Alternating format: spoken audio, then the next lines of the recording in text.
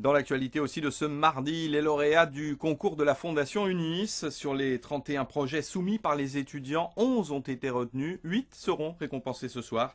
Des prix qui vont couronner des projets locaux qui allient notamment créativité et innovation. Benoît Lotte, Laurence Buis.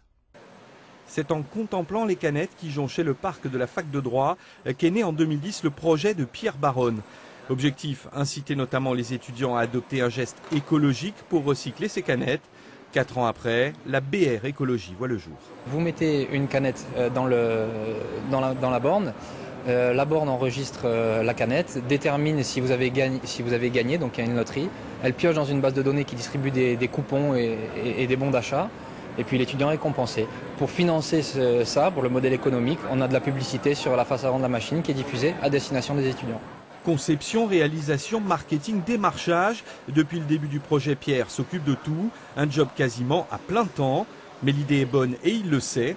D'ici décembre prochain, ces bornes seront installées sur 8 sites de Nice, Sofia, Antipolis. Avant, il l'espère, de gagner le cœur des entreprises. Des entreprises déjà séduites par ce lauréat 2014 de la Fondation UNIS. La Fondation qui récompense depuis 3 ans les projets innovants d'étudiants azuréens. Un label décerné par un jury d'enseignants et de chefs d'entreprises locales, ce qui en fait toute sa valeur. C'est une des stratégies poursuivies par notre université qui consiste à essayer de s'ancrer beaucoup plus dans son développement territorial. Et donc pour ce faire, nous faisons appel à nos partenaires que sont les entreprises du territoire ainsi que les collectivités. Cette année, 31 projets ont été proposés, 8 seront récompensés par le jury. À la clé, la reconnaissance donc des milieux professionnels et une dotation de 1 000 à 10 000 euros.